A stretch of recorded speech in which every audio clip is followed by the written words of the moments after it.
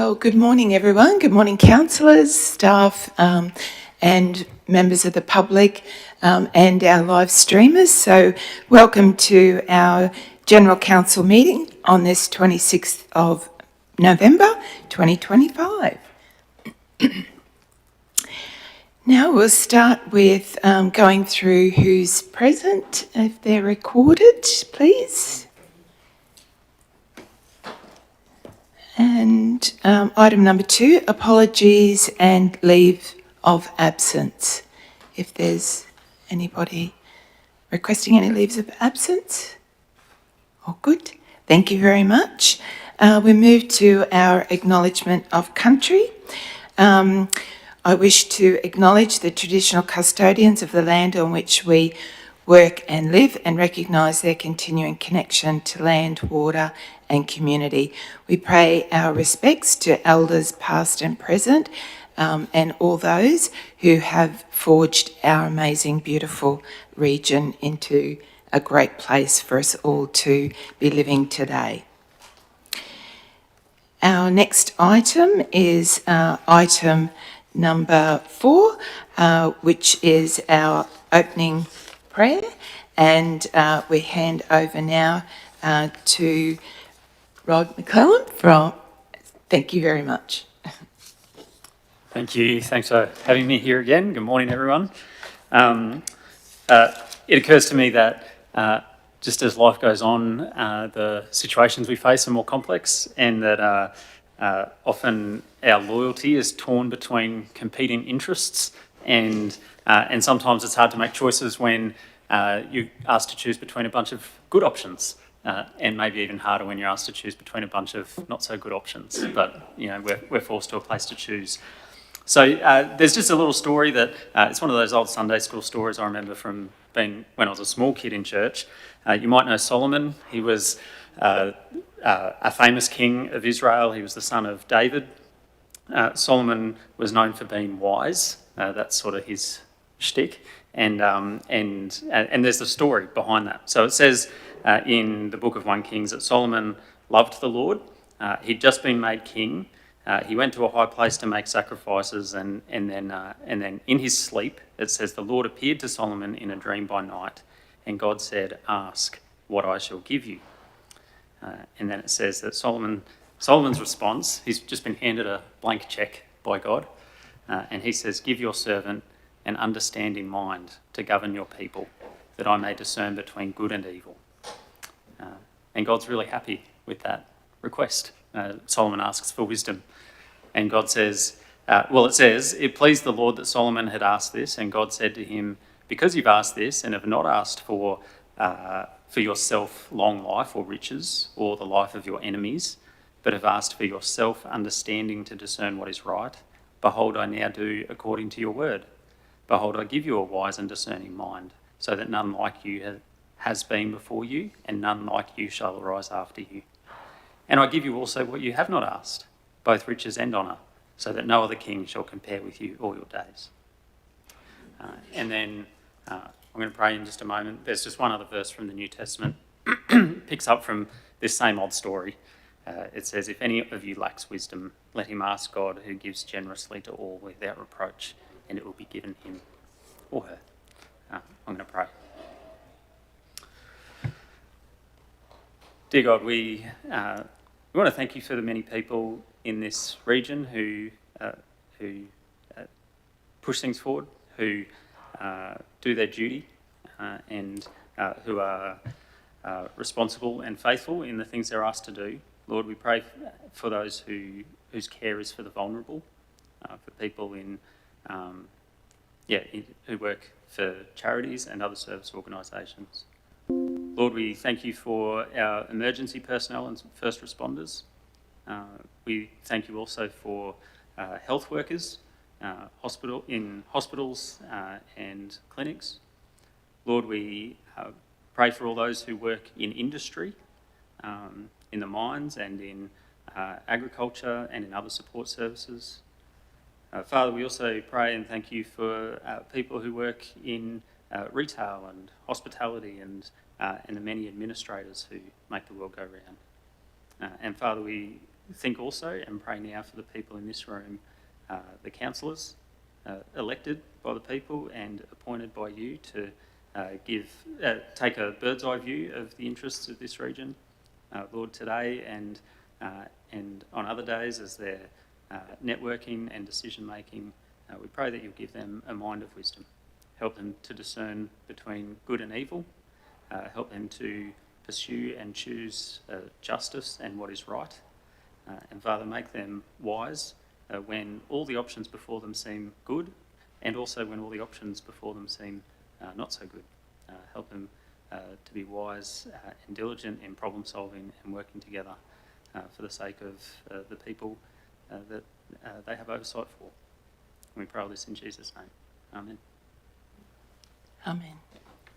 Thank you very much. That's all right. Thank you. Thank you for sharing your story of Solomon and reminding us that wisdom assists everybody to have discerning minds in guiding us all to do the right thing, do what is right, no matter what profession or what work we do. So thank you very much. Thank you. Have a good day. Thank you. You too. Right, moving on now to confirmation of minutes of previous meeting. Can I have a mover and seconder, please? Councillor Burns and a seconder? Councillor Hindmarsh. Excuse me, Madam Mayor. Yes, Councillor. Just a little indulgence. I'll have to abstain from voting on this because I haven't done my due diligence due to the fact that for some reason the unconfirmed minutes are no longer in the agenda, attached to the agenda as they've always been. And it took me quite some time to locate them on the hub. So I have not completely read through those minutes, so I can't hand on heart vote. Obviously that will be a vote against, I realise, but I can't actually vote for something that I haven't done my due diligence on. So I'll be abstaining. Thank you. Thank you, Councillor.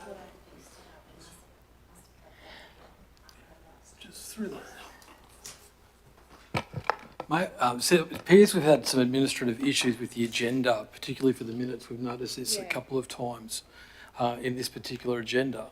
May I suggest that the confirmation of the minutes the report be laid for this meeting and that we take these up in the December General Council meeting.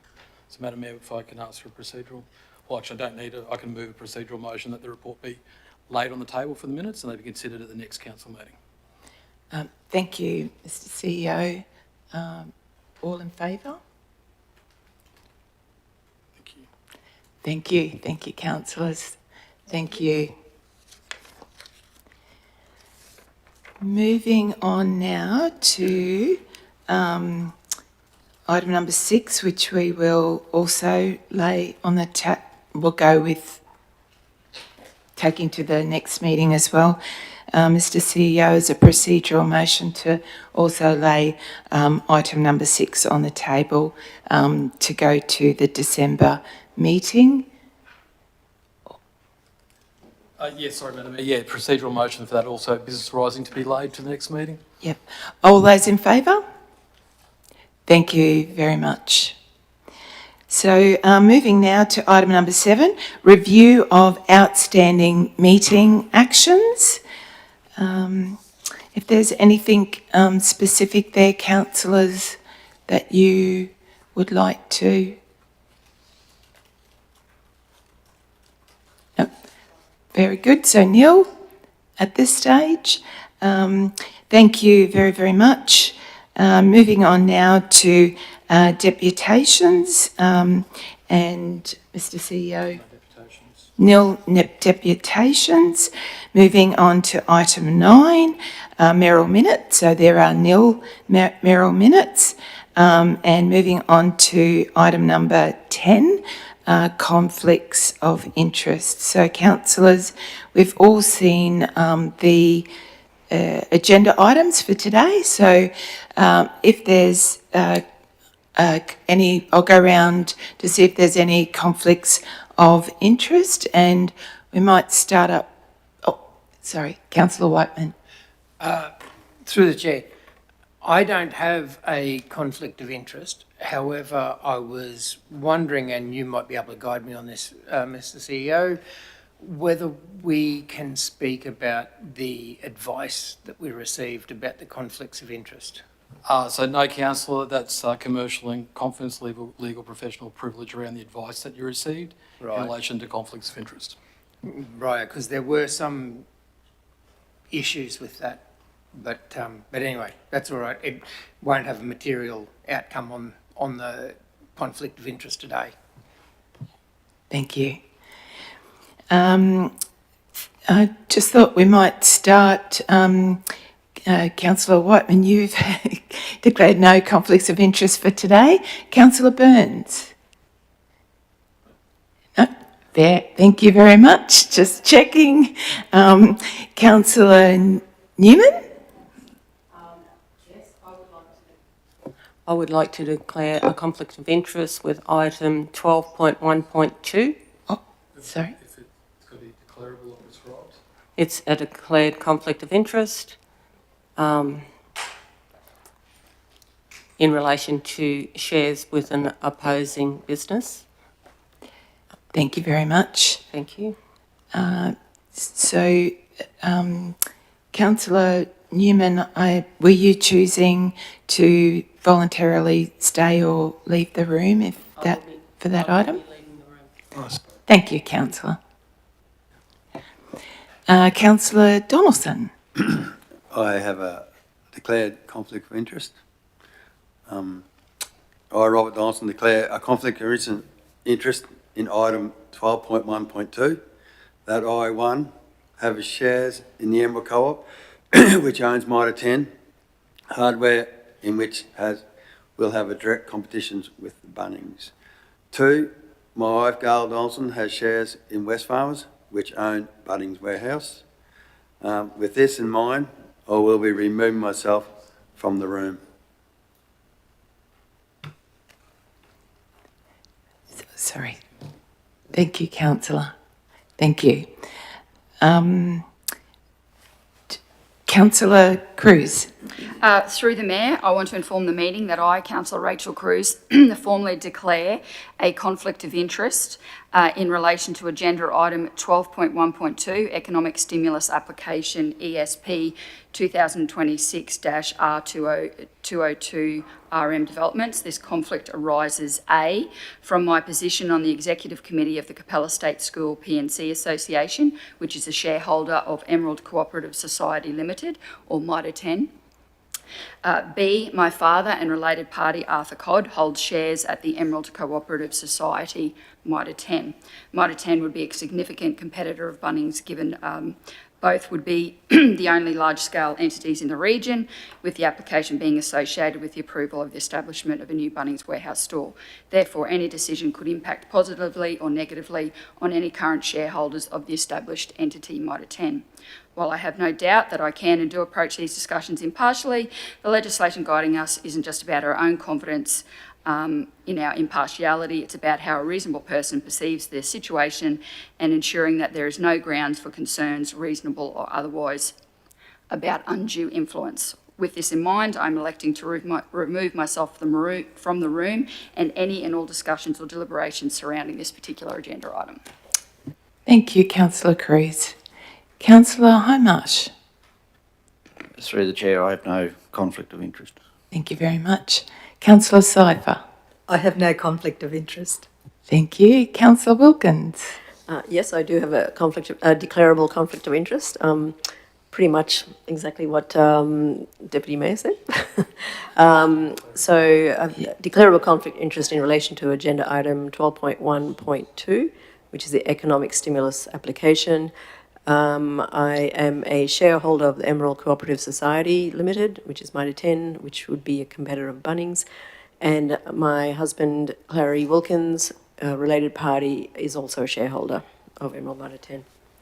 And Councillor, will you be staying or leaving, choosing to stay or leave the room? I suppose I'll leave. Yes, I'll be voluntarily leaving. Thank you very much. And coming to myself now, I, Janice Moriarty, would like to inform the meeting that I have a declarable conflict of interest in item 12.1.2, economic stimulus application. And because I have shares in the Emerald Cooperative Mitre 10, being a competing business, and I will be leaving the room for discussions for that item. Madam Mayor, if I may, Councillor Newman, I'm just wondering, with regards to your declaration, if you could actually go through the related party process as to why you've got a conflict as per what's on the screen, if that's okay, please. I can go through that as is in the screen. I just wasn't sure with the new amendments in the Act whether we had to name our related parties. New amendments to the Act are not law yet. Yep, okay. I, Councillor Newman, wish to inform the meeting that I declare a conflict of interest in relation to item 12.1.2 economic stimulus application, RM developments, as defined in section 150 EN of the Local Government Act 2009. This conflict of interest arises, one, me being in the process of obtaining shares in the Emerald Cooperative Society Limited, Mitre 10, and I have a related party, Bradley Christian, being a shareholder of the Emerald Cooperative Society, Mitre 10. I do not wish to participate in any discussion regarding the matter, and which are the subject of the agenda item, and I will be leaving the meeting and stay away from the meeting while this matter is discussed and voted on. Thank you, Councillor. Through you, Madam Mayor, so for item 12.1.2, given that the majority of councillors have declared a conflict in relation to this agenda item and have voluntarily decided not to participate in the matter, there will not be a quorum for the council to decide that matter by resolution. So when these circumstances occur, the legislation provides council with options, including the option to delegate the decision to the Chief Executive Officer.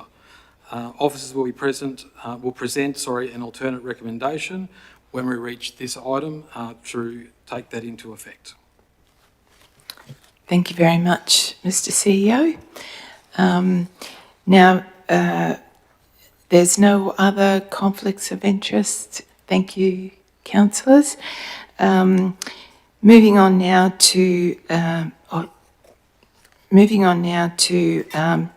petitions. Item number 11. No petitions received, Madam Mayor. No petitions, very good.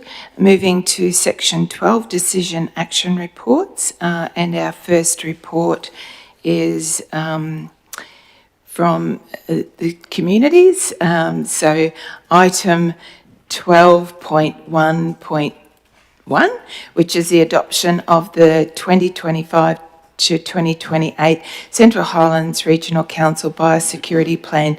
Do I have a mover, please? Councillor Donaldson, seconder. Councillor Hindmarsh.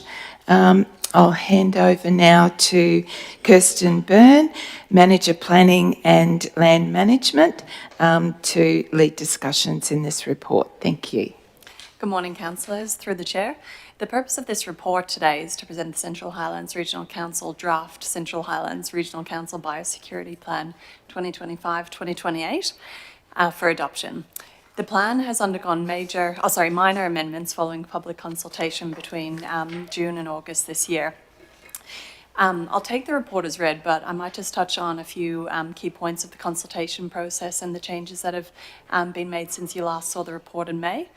So the Biosecurity Act requires local governments to develop biosecurity plans to help community and land managers meet their biosecurity obligations to help manage the risk of invasive flora and fauna. In May this year, the draft plan was authorised by Council to go out for public consultation. There was broad consultation activities across the region, which included a period which was extended from the original 21 days to occur between 25th of June and the 15th of August.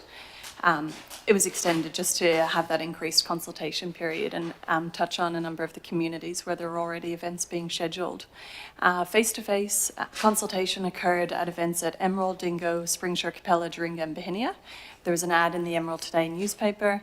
There was a media release. It was uploaded on Council's Have Your Save page with QR codes directing people to make submissions, and it was also on Council's Facebook page. During this period, 9 submissions were received during the time. There was no feedback received from neighbouring councils or state agencies. However, I will point out there was a session held in December 2024 with these key parties in the development of the plan. So they were heard from the very beginning about what should be integrated into the plan. The feedback from the 9 submissions was largely positive and supportive, affirming the direction of the content of the draft plan. It was operationally focused, offering insights that will inform future council initiatives rather than requiring changes to the plan. So that will be about the development of action plans that will strengthen compliance with general biosecurity obligations. So the changes that have occurred to the plan since you've seen it in May are only minor, formatting things, clarity of the images, which was some of the feedback received.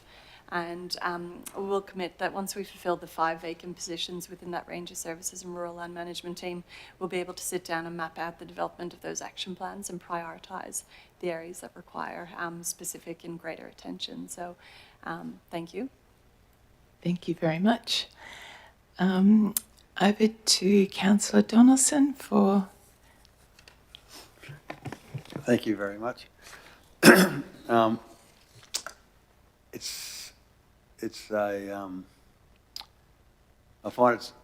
found the biosecurity plan very easy to read, and it gives us a bit of a idea how we should attack the weed and pest problem we have in our shire.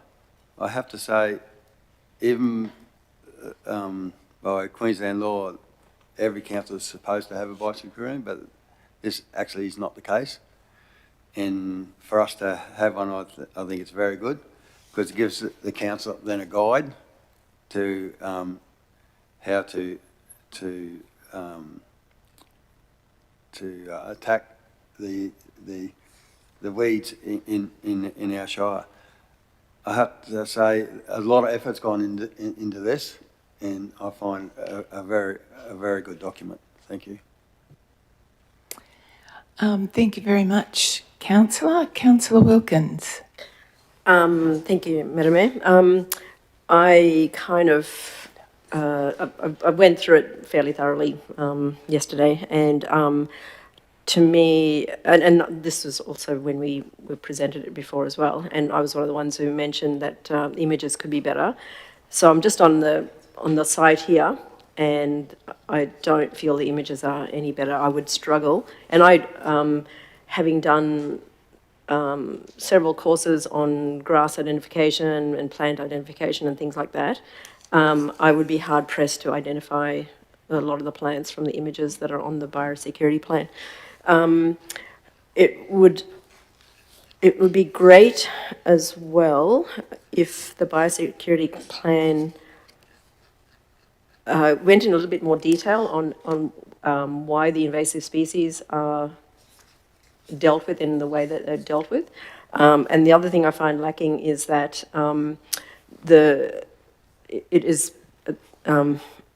this is under the assumption that, especially the plant species, that the landholders know what the species are.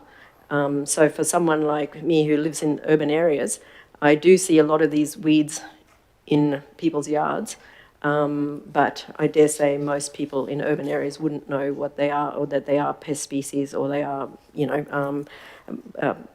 problematic as far as biosecurity is concerned.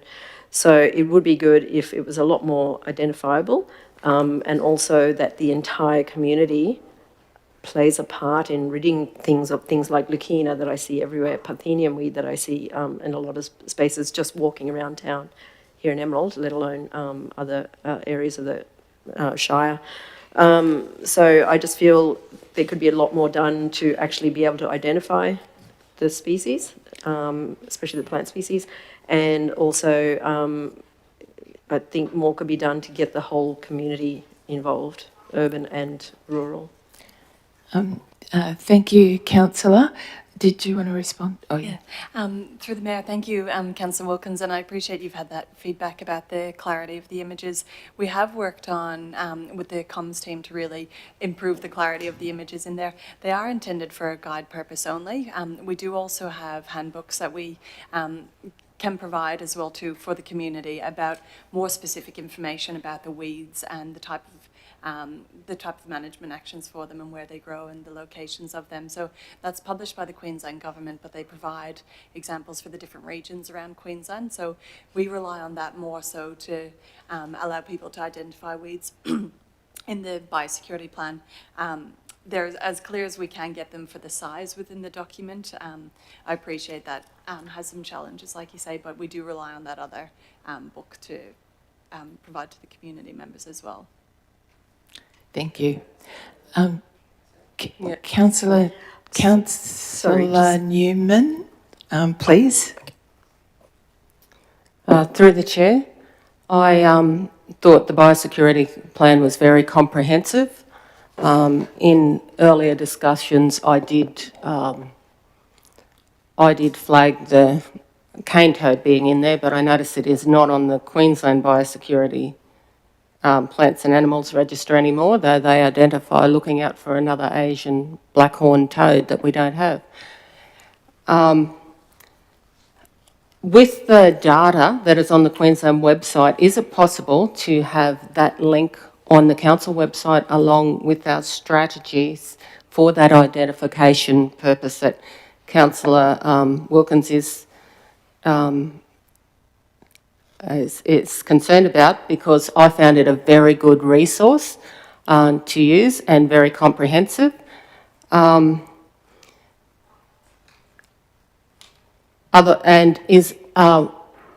Just a question, with our Snaps and Solve app, what is the biosecurity implications there? Does the GPS with the biosecurity, is that a tool for our current biosecurity in the region? Thank you, Councillor Newman. So we can certainly get that biosecurity plan page updated with a link to the weed identification handbook in the state website. So that's not a problem. We can defer to that. In relation to Snaps and Solve, it does have, so if someone identifies a weed on their property or on a council road and they want some feedback from the Ranger Services and Rural Land Management team, they can take a photo through Snaps and Solve that will have a GPS point, and the rural land officers or the rural rangers will be able to talk to them, give them some information about it, and whether or not it's council's obligation to do something, or if it's on their property, whether they've have to do something about it. So that Snaps and Solve, yeah, does provide that GPS point, which is great for our mapping as well too. Thank you very much. Councillor Hindmarsh.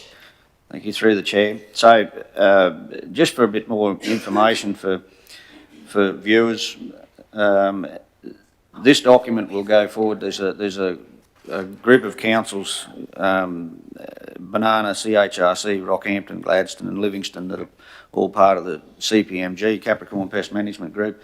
This document will be used as a guiding document for that organisation to develop an overarching document that encompasses all the different flora and fauna issues within the Capricorn region, and actively, the CPMG are actively engaging with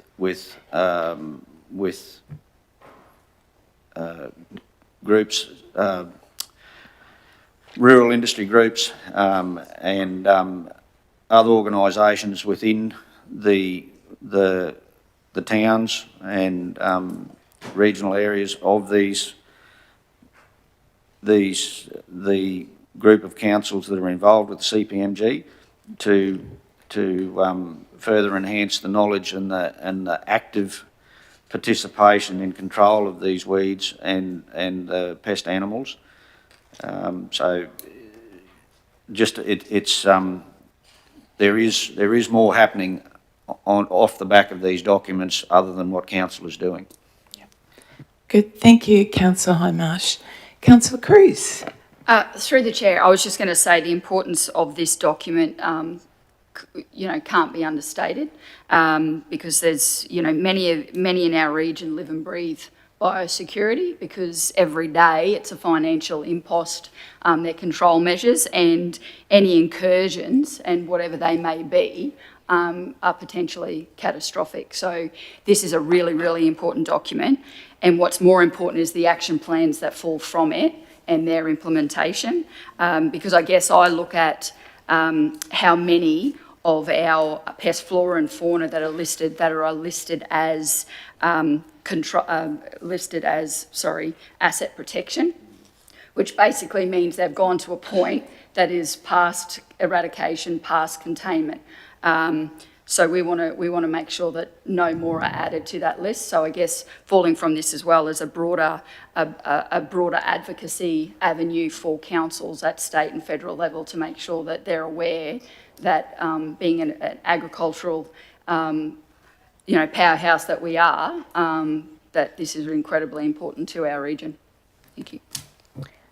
Good. Thank you very much, Councillor. And I'd like to concur with what the councillors are saying. I think that the other thing that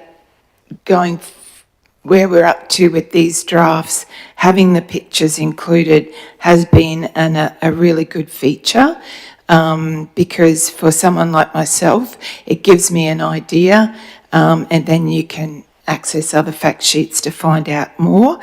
And I think exactly what councillors are saying, it's incredibly important, and all councils have one of these plans to make sure that we're working with community, land holders and managers and other stakeholders to be demonstrating how council is working to manage invasive plants and weeds in our region to protect our agricultural industry. So handing back over to Councillor Donaldson to close.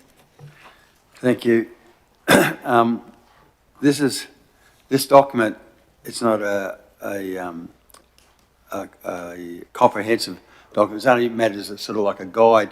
If you suspect you have one of these weeds, you can go to other websites from the Department of Natural Resources or the DPI. They have websites and fact sheets on each weed with very, very good photographs. And if you're still not happy, you can take your samples around to the or inform the DPI. Some you're not supposed to move. DPI, and they will come and inspect and inform the people, and if it needs to be eradicated, it will be. Thank you. Thank you very much. We've had a mover and seconder, so all those in favour?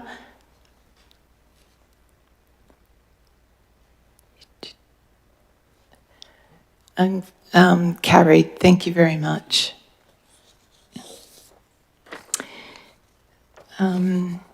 Moving on now to item number 12.1.2, Economic Stimulus Application, ESP to 2026, R202, RM Developments.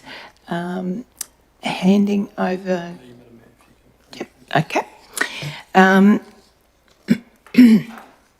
Given the majority of councillors have declared a conflict of interest in relation to this matter, there is no quorum of councillors to decide this matter. In these circumstances, Section 65 of Council's Standing Orders and Section 156 EU2 of the Local Government Act state that Council must do one of the following things. A, delegate deciding the matter under Section 257 of the Act, or B, decide by resolution to defer the matter to a later meeting, or C, decide by resolution not to decide the matter and take no further action in relation to the matter unless the Act or another Act provides that Council must decide the matter. The officer's alternative recommendation is to delegate deciding this matter under section 257 of the Act to the Chief Executive Officer. All councillors can remain in the chamber and participate in a decision to delegate deciding this matter pursuant to section 150 EU of the Local Government Act. The alternative recommendation is on the screen. That the Central Highlands Regional Council, pursuant to sections 150 EU2A and 2571B of the Local Government Act 2009, delegates the Chief Executive Officer its powers to decide on the ESP 2026 R202 made by RM Developments pursuant to Council's Economic Stimulus Policy, Stream 4, Development Application Fees and Infrastructure Charges, seeking a rebate of the development application fees and infrastructure charges. Council reference ESP 2026 R202, subject to the following conditions. 1, the Chief Executive Officer makes a decision on or before the 28th of November 2005, and 2, as soon as practicable thereafter, the Chief Executive Officer publishes a copy of the decision on the Council's website immediately below the published minutes of this agenda meeting. The motion is that Council resolve to delegate decision-making in this matter as per the alternative recommendation. Can I have a mover and seconder, please? Councillor Hindmarsh? Councillor, seconder Councillor Whiteman? All those in favour? Motion carried. Thank you very much.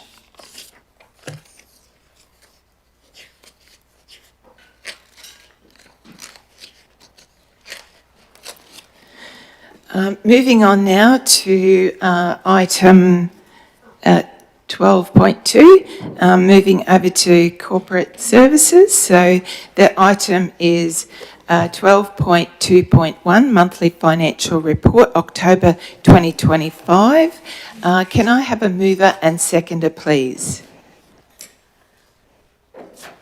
Mover, Councillor Cruz. Seconder? Councillor Donaldson. Thank you very much. Handing over now to Manager Finance, Helen Kirby, to lead us in discussions for this report. Thank you. Thank you, Madam Mayor. Good morning, councillors. This report provides an overview of Council's financial performance for October compared against the original budget, which was adopted on the 18th of June. At the end of October, Council recorded an operating surplus of $32.5 million, which is $4.8 million above the year-to-date budgeted surplus of $27.8 million. Capital expenditure, including commitments, currently sits at 43% of the full-year capital budget. Overall, Council's operating performance remains broadly in line with budget expectations, with no significant issues identified. While there are a number of timing differences in operating revenue and expenses, this is typical at this stage of the financial year. Progress on the capital budget also reflects timing differences, mainly due to invoice payments for major contractors. Despite these timing differences, capital projects are still on track and meeting forecasts. Some variances in both the operating and capital budgets will be addressed in the first budget amendment, which is scheduled for adoption at today's General Council meeting. Other variances will continue to be monitored and may be addressed in future budget reviews. All key financial indicators show a low risk level, with cash and debt balances at expected levels, demonstrating a strong net cash position. Rates and water debtors remain high, but have reduced by $3.6 million since last month. It is expected that arrears levels at the end of the financial year will be lower than last year, driven by our consistent debt recovery practices. Local procurement remains strong, with local spend exceeding external spend by 2% at the end of October. In closing, the recommendation is that the Central Highlands Regional Council adopts a monthly financial report for the period ended 31st of October 2025. Thank you, and I'm happy to take any questions on the tabled report. Thank you very much, Helen. Moving now to Councillor Cruz. Thanks, Helen. Just through the Mayor, just one question on page 46 of the agenda on table 1. There was an unfavourable variance, only it's obviously slight in this, of rental income of 79. I'm just wondering, is that because no one's actually in that accommodation, or is that because they're actually being refurbished and therefore unable to be inhabited? It's a good question. Thank you, Councillor. Couple of things with that. Staff housing, what we're finding, and I can only give you this anecdotally at the moment, but give you figures on notice, is that a lot of the recruitment that we're doing at the moment are from people already based in region. So we budget annually for, say, a 90% habitability rate, but we haven't had the demand, but we still are recruiting a lot of people, just that they're not potentially relocating from outside of the region and wanting to take that up. Also, though, we do have a lot of recruitment happening for start of next year as everybody comes back after Christmas. So we're holding a lot of houses as well for people who are starting roles in January, February, if that gives you any context at all, Councillor. Excellent. Thank you. Thank you. Any other comments or questions, councillors? Councillor Newman. Through the chair, just in the report, there was one capital project that wasn't going ahead that's been shifted on through the budget. I was just wondering what that capital project was that was mentioned. Just through the chair, are you referring to the next report on the agenda with the budget review, or in the...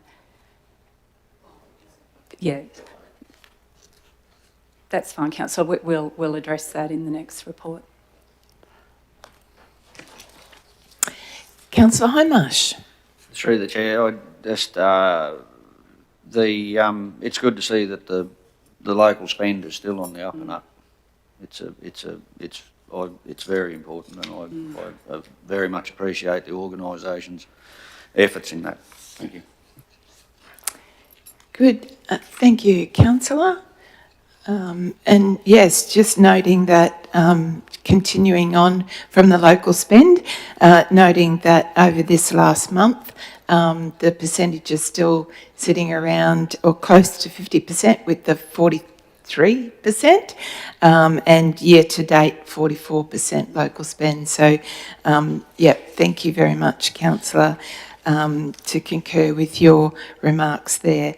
And also, just to note also that at the end of October, Council's total borrowings down to 30.866 million. So, and in this financial year, we've already repaid $14.654 million of our outstanding loans. So thank you for reporting on those too. Just thought I would highlight. Any other comments or questions? Back to you, Councillor Cruz. No closing comments. Thank you, Madam Mayor. Thank you very much. Do we have a mover and a seconder? So all those in favour? Carried. All in favour. Thank you very much.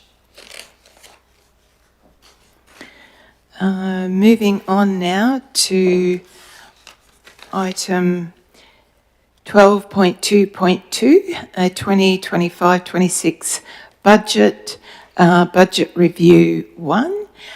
So do I have a mover and seconder, please? Councillor Newman, seconder. Councillor Cruz.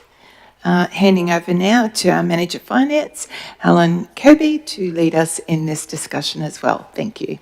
Thank you, Madam Mayor.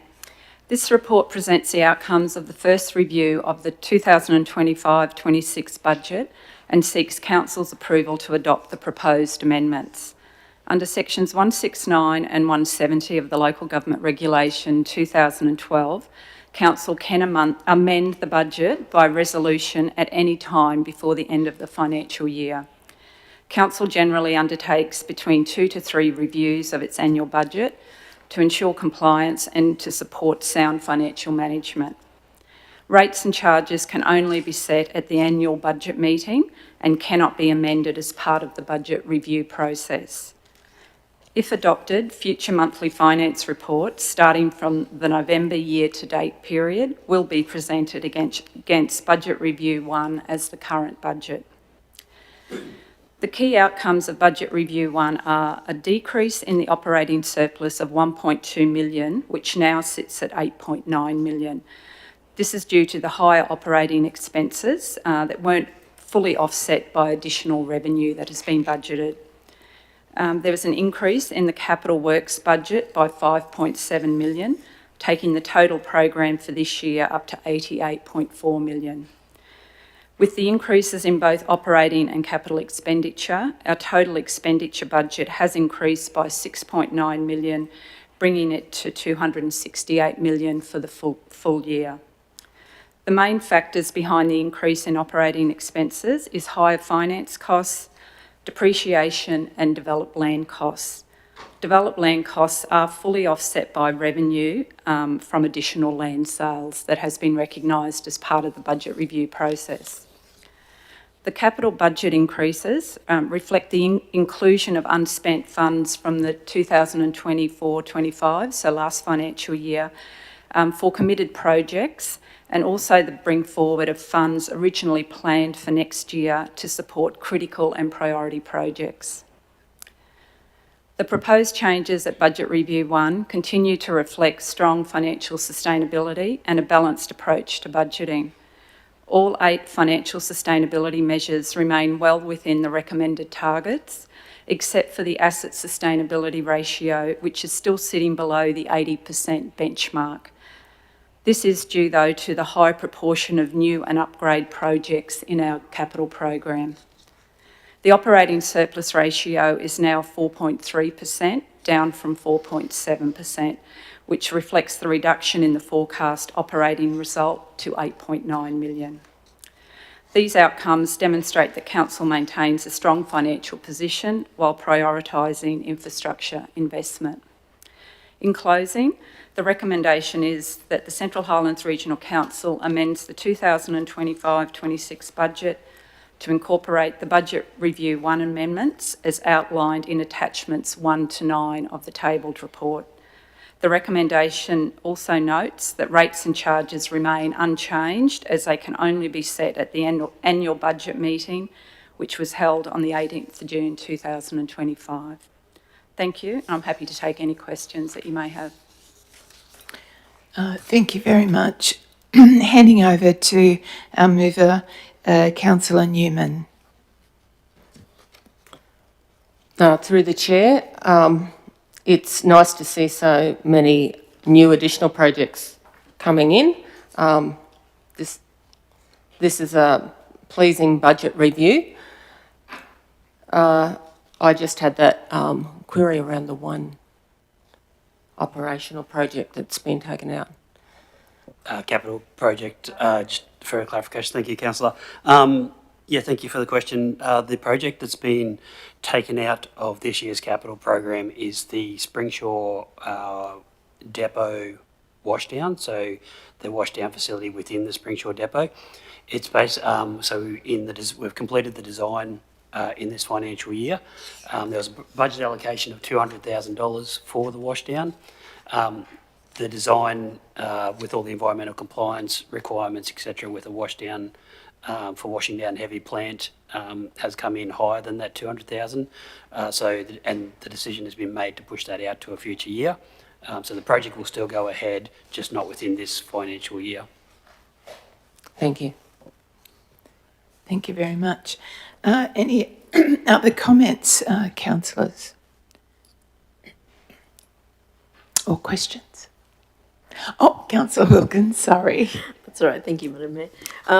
Okay, just Helen, just a couple of questions, and it may be in here, but I haven't sort of found it. So one thing you mentioned was that the total expenditure budget has increased by 6.9 million due to high finance costs and depreciation, but it's got here on page 73 of this, or the second page, it says excluding depreciation.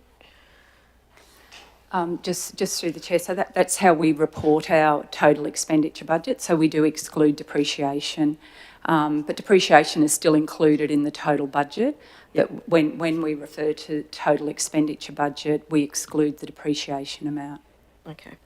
And the other thing is, so I noticed the total cash holdings have gone up. I feel like I wasn't here for the budget review process, maybe, I don't know. Anyway, it's why are we having so much as cash holdings? Just through the chair. So basically our cash balance reflects the timing of our revenue and expenditures throughout the year, so that, you know, if as you can tell from the October finance report, we've got underspends in our operating budget just due to timing. But that will eventually catch up. Also, as part of the review of the budget, in forecasting our cash balance to the end of the year, we had to update our closing position from our audited closing position from last financial year, and we ended in a better cash position than we had forecast when we set the original budget. So even though this budget review is reflecting higher expenditure, the fact that our cash balance was higher at the start of the year, that's offset this increase. Okay. And I guess just one more thing with the capital works expenditure. So we're not doing one capital project, but yet the expenditure is going up. And will we meet this expenditure at the end of the financial year? Through the chair, good question, councillor. So the addition of the capital funding, some of the projects that have been allocated in budget review one are a continuation of last year's projects. So the projects were, depending on the timing of invoices, depending on timing of projects completed. In a perfect world, we'd start every project on the 1st of June and finish it before the 1st of July and finish it before the 30th of June. That's not the nature of delivering projects. They go across financial years. So when we budgeted last year, we anticipated we would have finished some projects. They went a little bit longer into this year.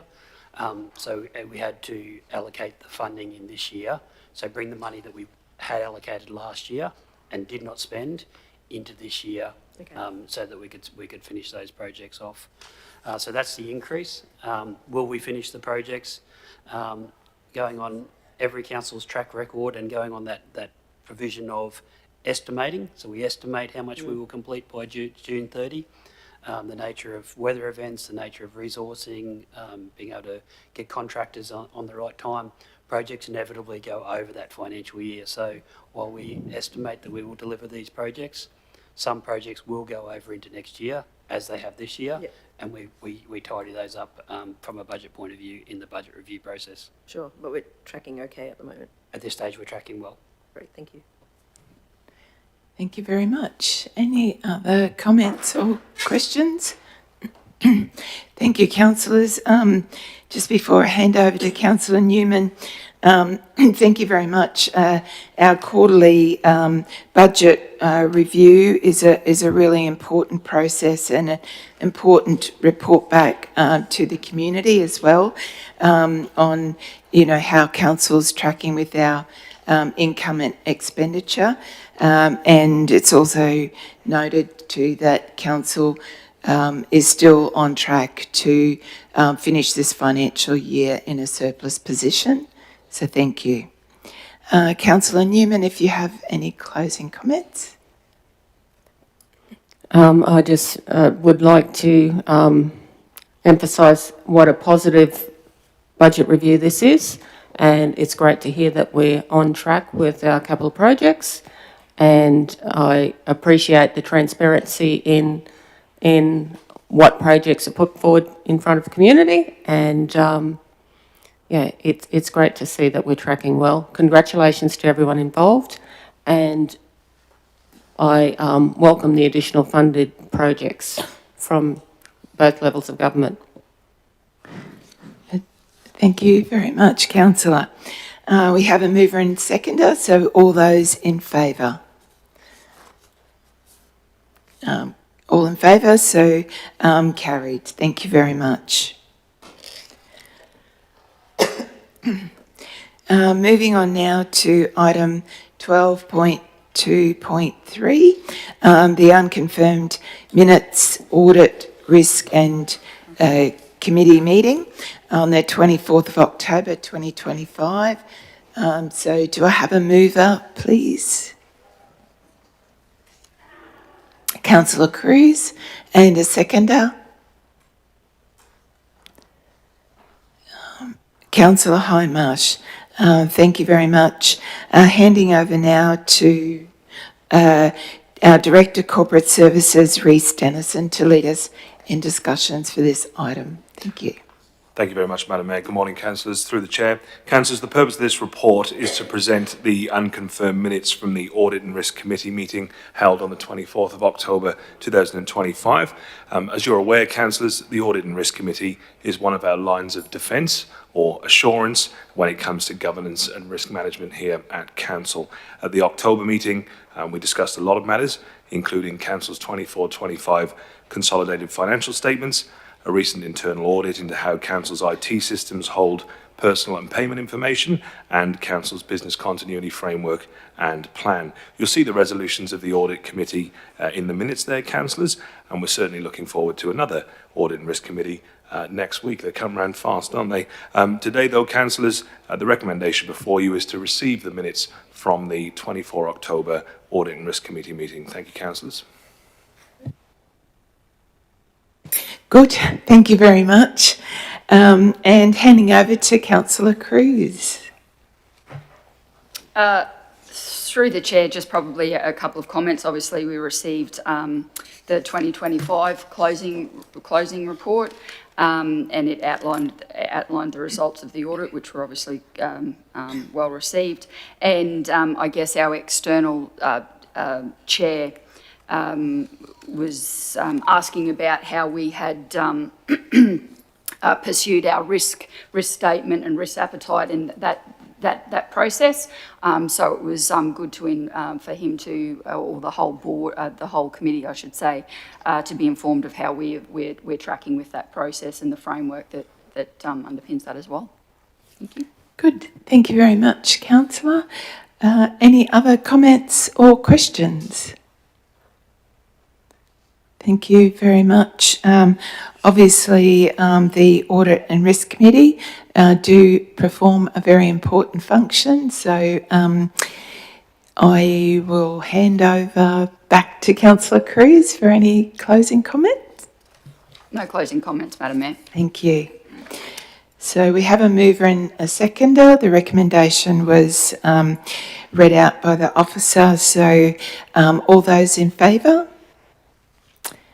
Okay, all in favour, so carried. Thank you very much. Moving now to item 12.2.4, Central Highlands Regional Council Annual Report 2024-25. Can I have a mover and seconder, please? Mover, Councillor Burns. Seconder, Councillor Whiteman. Thank you. And handing over to our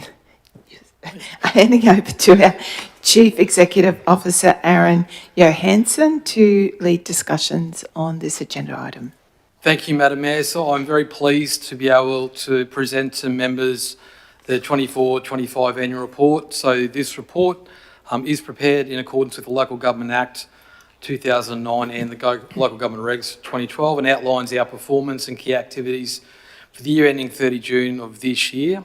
It reflects our commitment to transparency, our financial sustainability, and delivering on our community's long-term vision.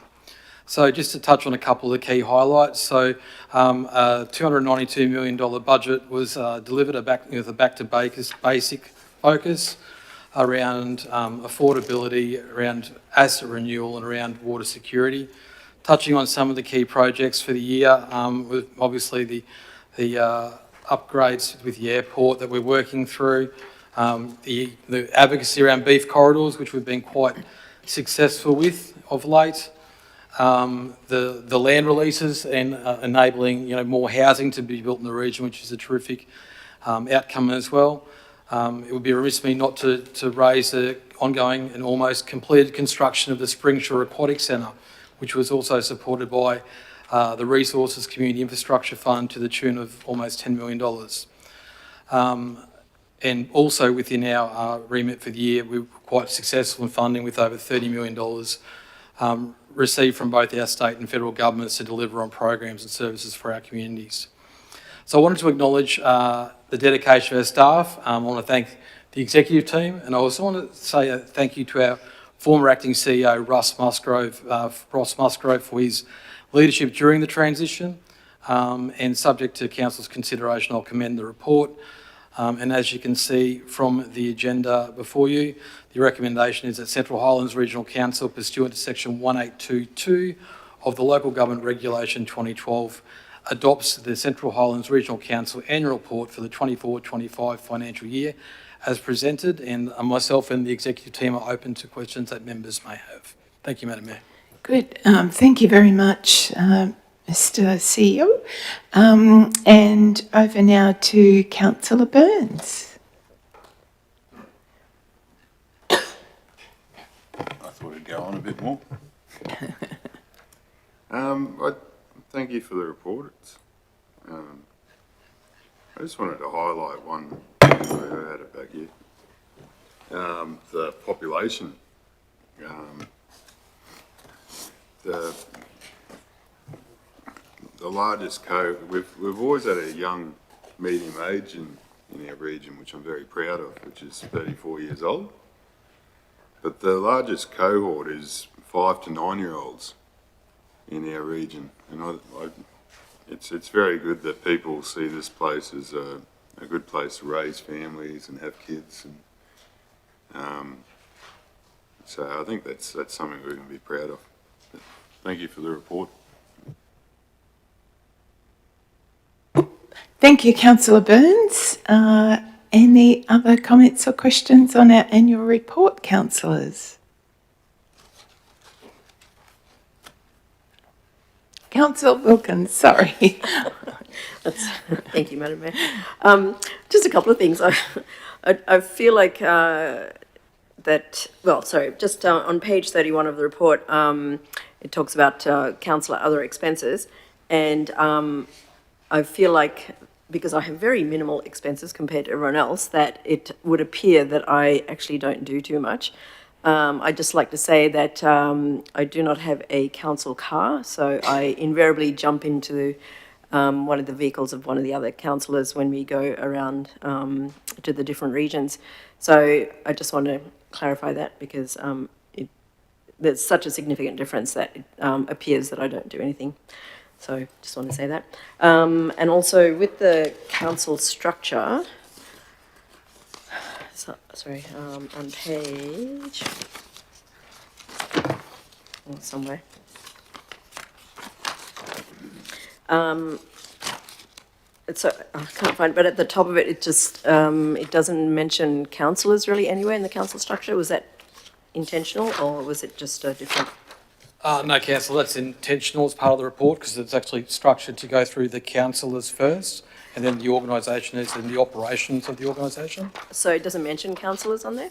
Councillors are actually before that, if you have a look in the report itself. Sorry, hang on. Oh, so it's got community representation, strategic decision-making, advocacy. There's no mention of councillors there. So on page 37. Yes, sorry, Councillor, for clarity through you, Madam Mayor, it's the operational structure of council. Oh, okay, sorry, organisational structure. Okay, cool. All right, thank you. Thank you, Councillor. Very good. Okay. Councillor Cruz. Through the chair, and I may not have seen it, but I just wanted to also highlight that there are 4 councillors that sit on the board of CHDC, which wasn't listed. I thought it was last year, but just wanted to signify that there's four members that sit over there, which obviously that's council's tourism and economic development arm. And I guess probably also to address the use of council vehicles, I guess in such a wide region that we have, a wonderful region that we have, we sort of have the tyranny of distance. So there are a number of us that have council cars that takes us a couple of hours to get to and from. So just to highlight that as well. Good, thank you very much, Councillor. I think from my perspective, I just want to say thank you to the CEO and staff for preparing the annual report for 2024-25 financial year. It's a very important, I guess, as it says here in the recommendation or the item descriptions here, that it's an important report card or annual report card to the community on a number of aspects of council, what's happening and how we're structured, and as well as our financials as well. So thank you very much to the staff and everyone, including councillors, who have contributed to all aspects of our annual report. So in closing, handing back over to Councillor Burns. No closing comments. Thank you, Madam Mayor. Thank you, Councillor. So we have a mover and a seconder. So all those in favour of adopting the report. So we have 2 councillors not participating, or you're not voting. Thank you. So it's all councillors in favour. So carried. Thank you.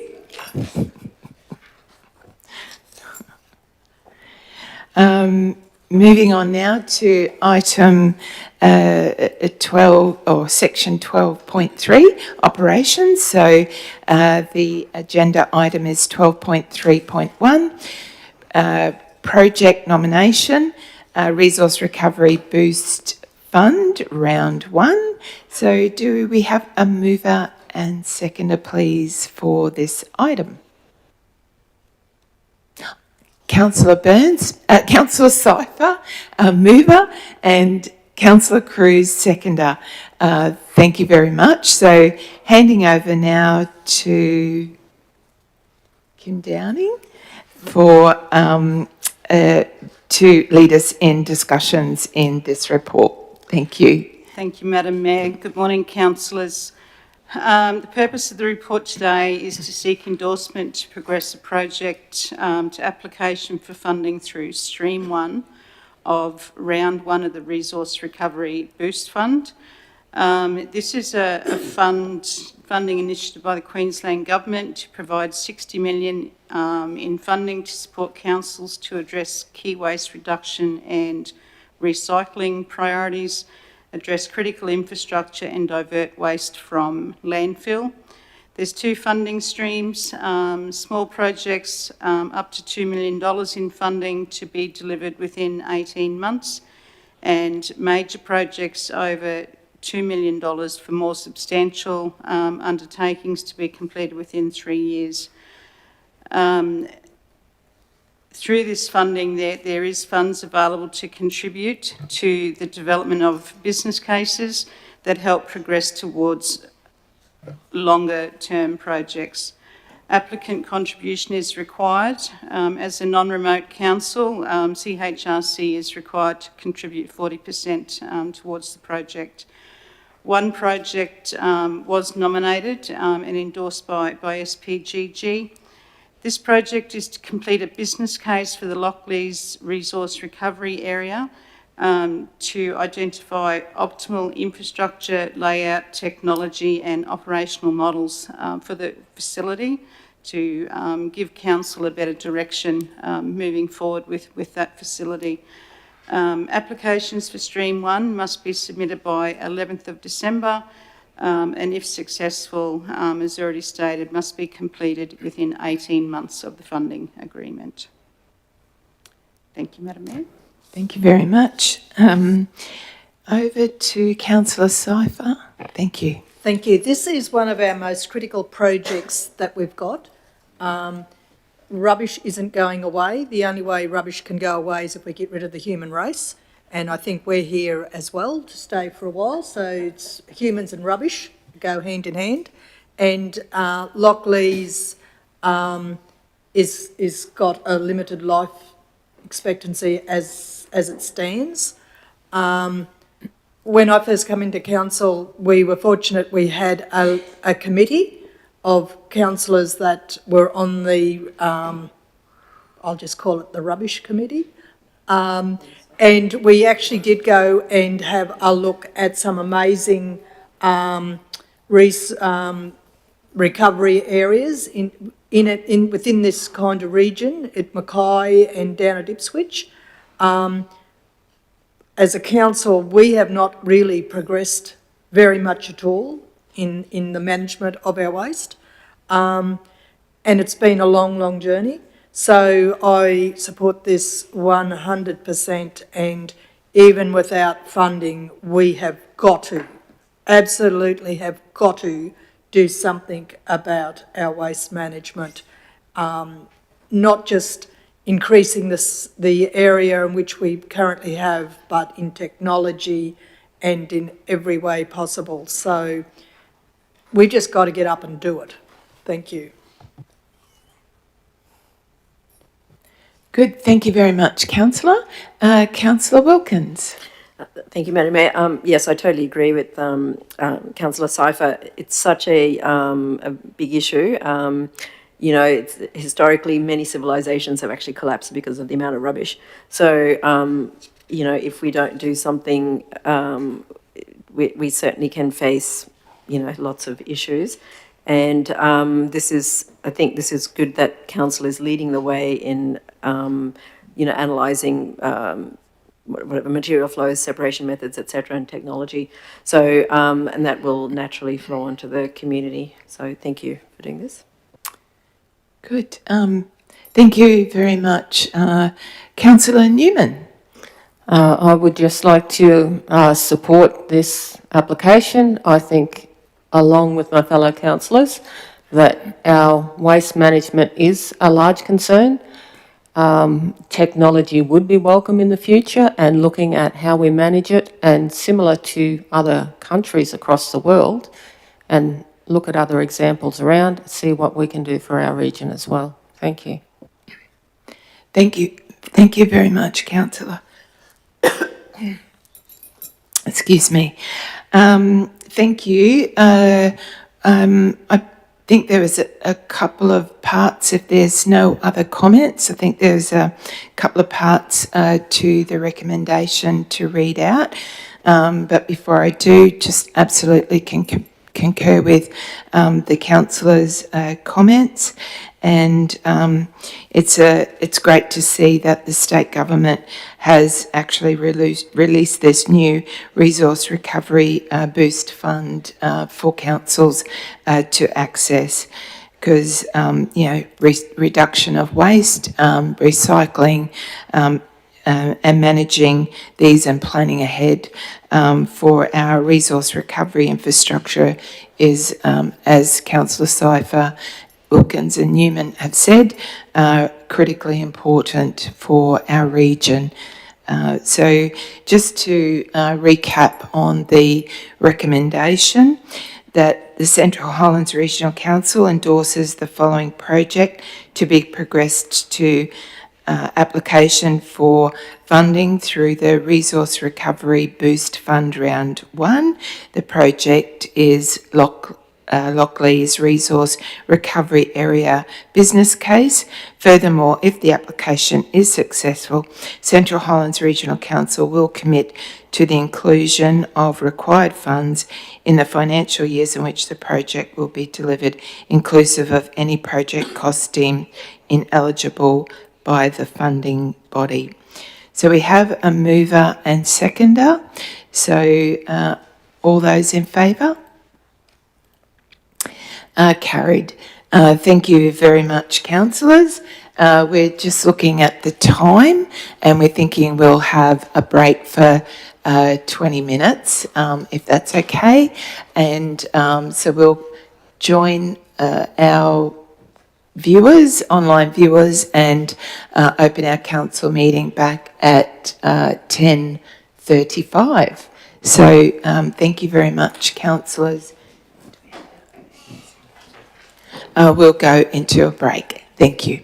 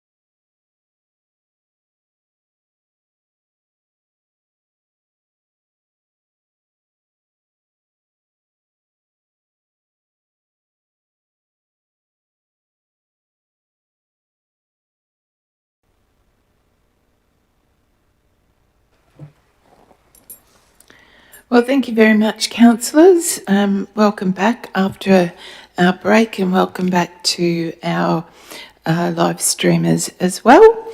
Moving on now to section 13, decision action reports closed session.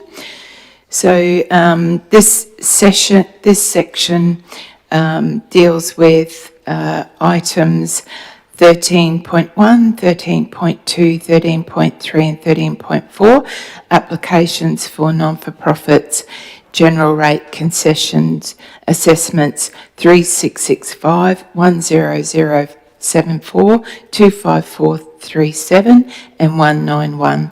The reason for going into closed session, as these reports are confidential under section 254J3D of the Local Government Regulations 2012, which permits the council meeting to be closed to the public for these discussions. Can I have a mover and seconder, please, to go into closed session? Councillor Whiteman, mover, and seconder, Councillor Newman. So all in favour? We'll move into closed session. Thank you, councillors.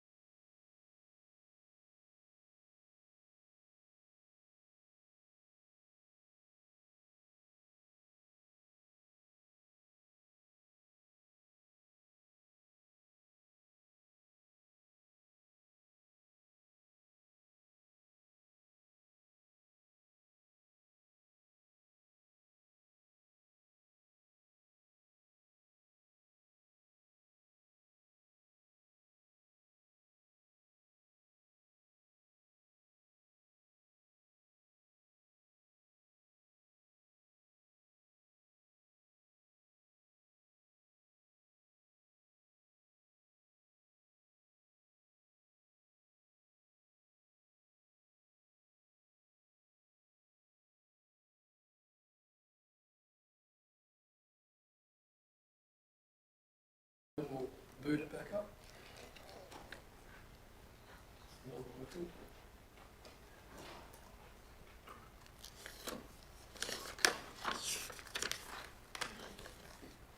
Okay, good to go.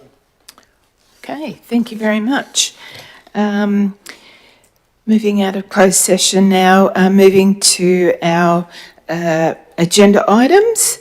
13.1, the recommendation is that Central Highlands Regional Council, in accordance with Section 122 of the Local Government Regulation 2012 and the 2025-26 Revenue Policy, approves a concession for assessment number 36654, 100% of the general rates applicable effective from the period 1st of July 2025.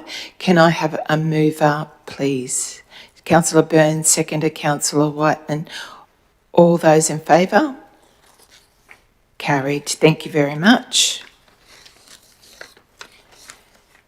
Moving on to item 13.2.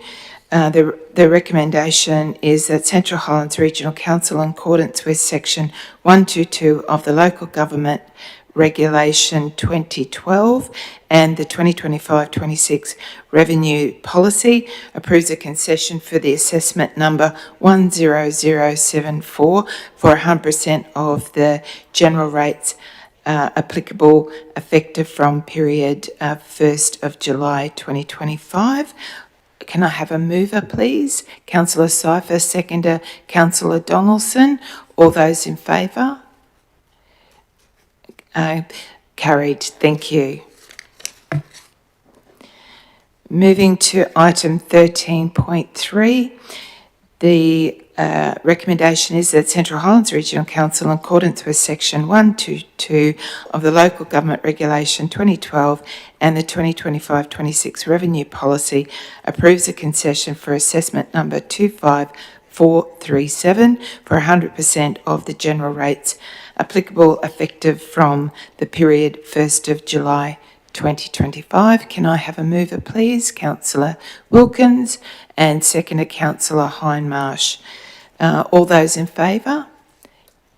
Carried. Thank you very much.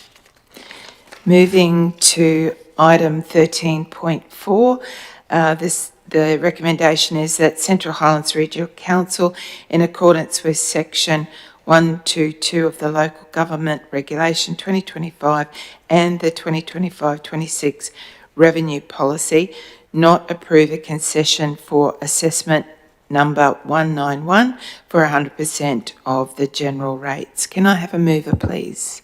Councillor Donaldson, seconder Councillor Burns. All those in favour? Carried. Thank you very much, councillors.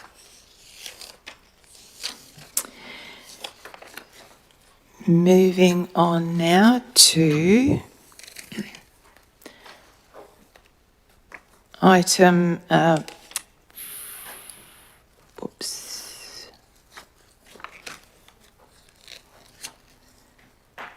corporate services, section 14.2, for item 14.2.1. Auditor General's final observation report for the 2024-25 financial year. Can I have a mover, please? I'm happy to move it if you want. Seconder, Councillor Whiteman. Sorry. Handing over to Manager Finance, Helen Kirby. Thank you very much for leading us in this discussion. Thank you, Madam Mayor. The purpose of this report is to table the Auditor General's final observation report for Council's financial audit for the 2024-25 financial year. The tabling of the report is a requirement under Section 213 of the Local Government Regulation 2012. Council's financial audit for last financial year is now finalised, and the Auditor General has issued an unmodified opinion on the consolidated financial statements. This means that the financial statements comply with Australian accounting standards and local government legislation, and present a true and fair view of Council's financial position and performance for the year. The audit fee paid to the Queensland Audit Office for Council's 2025 financial year was $190,000. The final observation report issued by the Auditor-General includes internal control and financial reporting issues from the 2025 audit and also prior financial year audits. 4 new internal control issues were identified during the 2025 audit, requiring rectification by management. These relate to weaknesses in contract management, with improvements to be implemented by the end of March next year, infrastructure charges revenue timing, which will be resolved by the end of this financial year, an incomplete infrastructure charges register, which will be updated by October next year, and also an improvement opportunity for the bank reconciliation process to be implemented early next year. None of these issues were considered significant by the auditors, so they did not require immediate action to be taken by management. 7 previously reported issues from prior audits were assessed as resolved by the auditors, which included a significant deficiency from 2023-24, the audit in 23-24, relating to the recognition of contributed assets. There were also 2 high-rated financial reporting issues relating to disposals on accrued capitalisation of asset renewals and involvement of subject matter experts in the grant reconciliations. 2 prior year issues still remain unresolved, but these will be resolved by the end of this financial year, and they relate to the development of an asset valuation framework, which is well in draft and has already been reviewed by the auditors. So in closing, the recommendation is that the Central Highlands Regional Council receives the Auditor-General's final observation report for the year ended 30th of June 2025. Thank you, and happy to take any questions that you may have. Thank you very much. And I guess just prudent to read there too that the audit outcome, the final observation report, confirmed an unmodified opinion, was issued on Council's consolidated financial statements for the year ended 30th of June 2025. So the opinion indicates that the statements comply with Australian accounting standards and local government legislation and present a true and fair view of Council's position, performance and cash flows. So this is a very favourable report for our Council and demonstrates that we're performing very well financially. And again, it's very, very important for Council to have independent and external audits so that we have that external oversight to help us continue to improve the organisation and performance. So thank you very much. Any other comments or questions, councillors? Oh, okie dokie. We have a mover and seconder, so all those in favour? Carried. Thank you very much.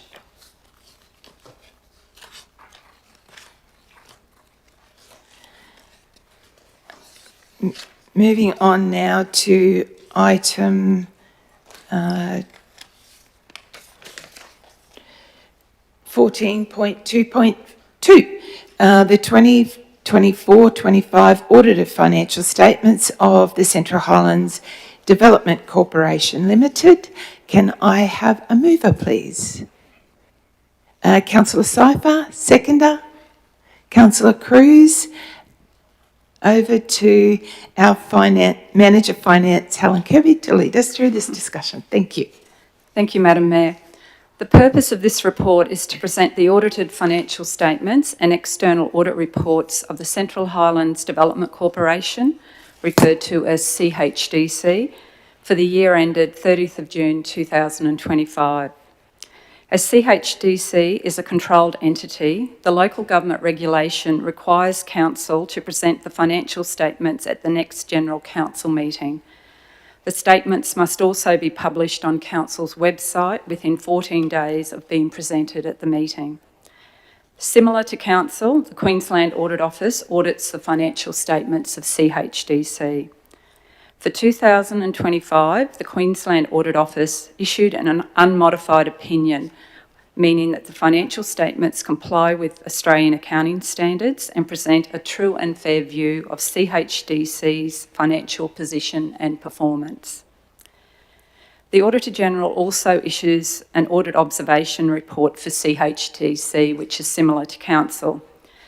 The key audit findings in the 2025 observation reports were the identification of one new internal control issue, and this related to the incorrect accrual of annual leave for employees who are on leave without pay. And I believe management has already commenced rectifying that. And the confirmation also, which was pleasing, that 2 prior year issues have now been resolved by CHDC management. The cost of the audit was $15,500, paid directly by CHDC to the Queensland Audit Office. The tabled audited financial statements of CHDC show that income increased only by 2% compared to last financial year. Grants from council represent 76% of total revenue.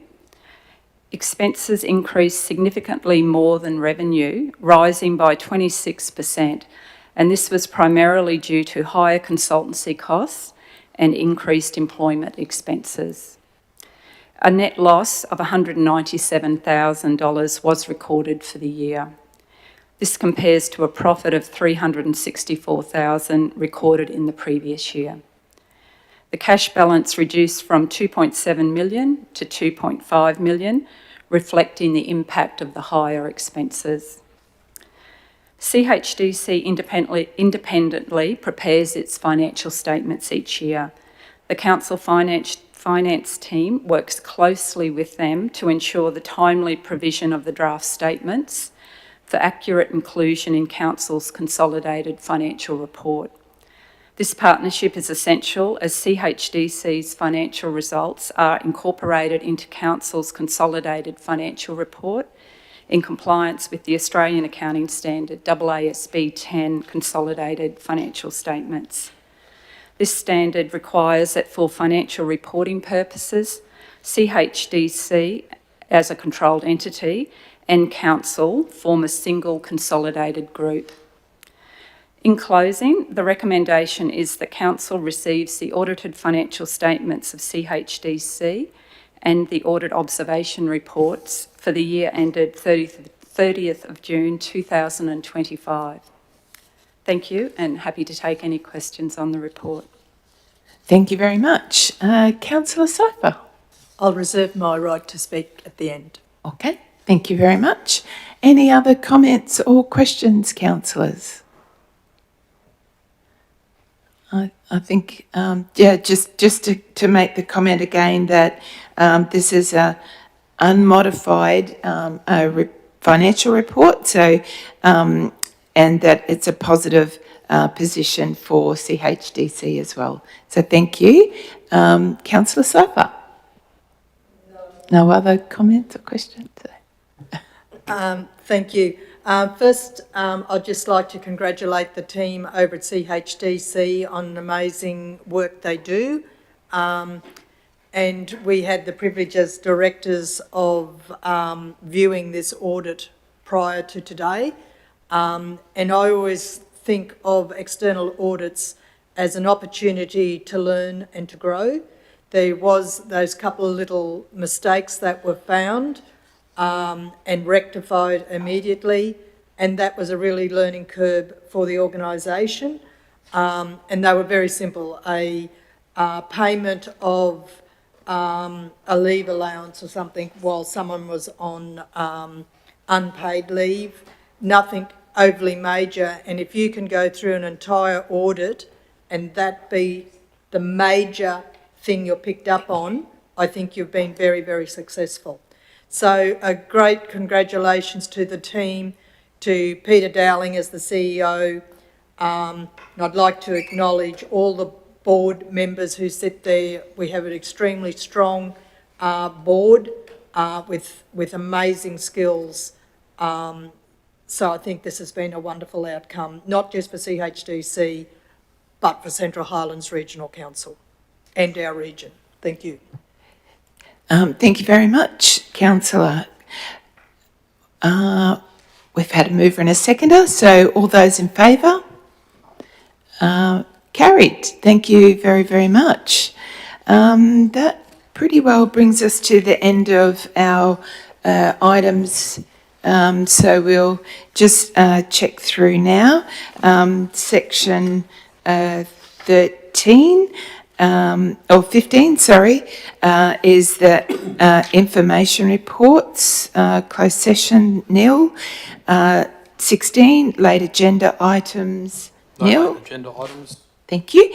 17, notice of motion. Nil. Thank you. And general business. If anybody has any general business.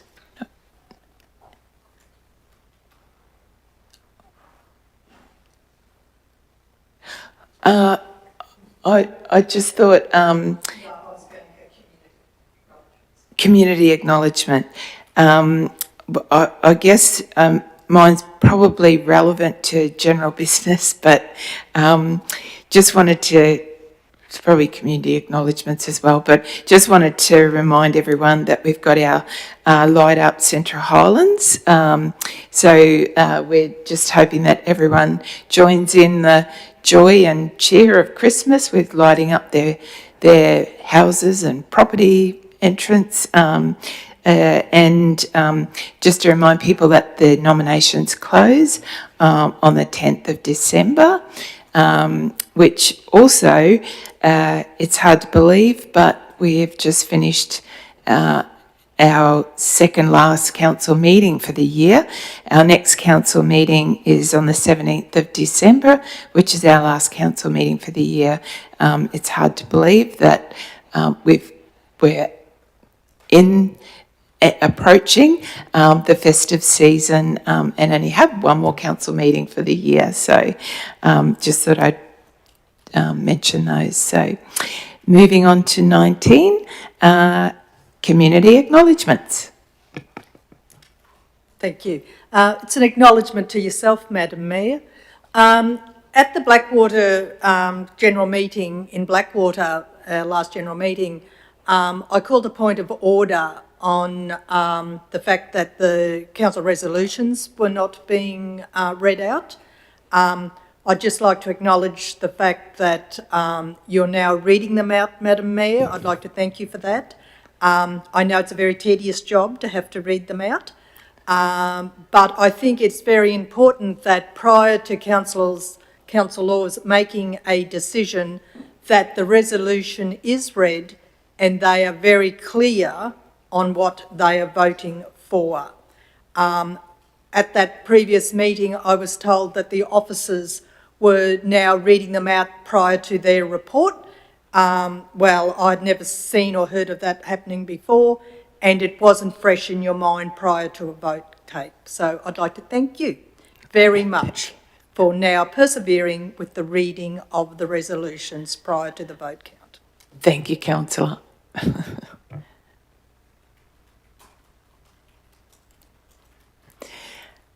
Very good. So thank you. Any other community acknowledgements, councillors? Thank you very much. So moving to item 20, which is our close of meeting. So we're closing our meeting at 11:41 a.m. Thank you very much, and wishing everyone all the best between now and our next council meeting on the 17th of December. Thank you very much. Thank you.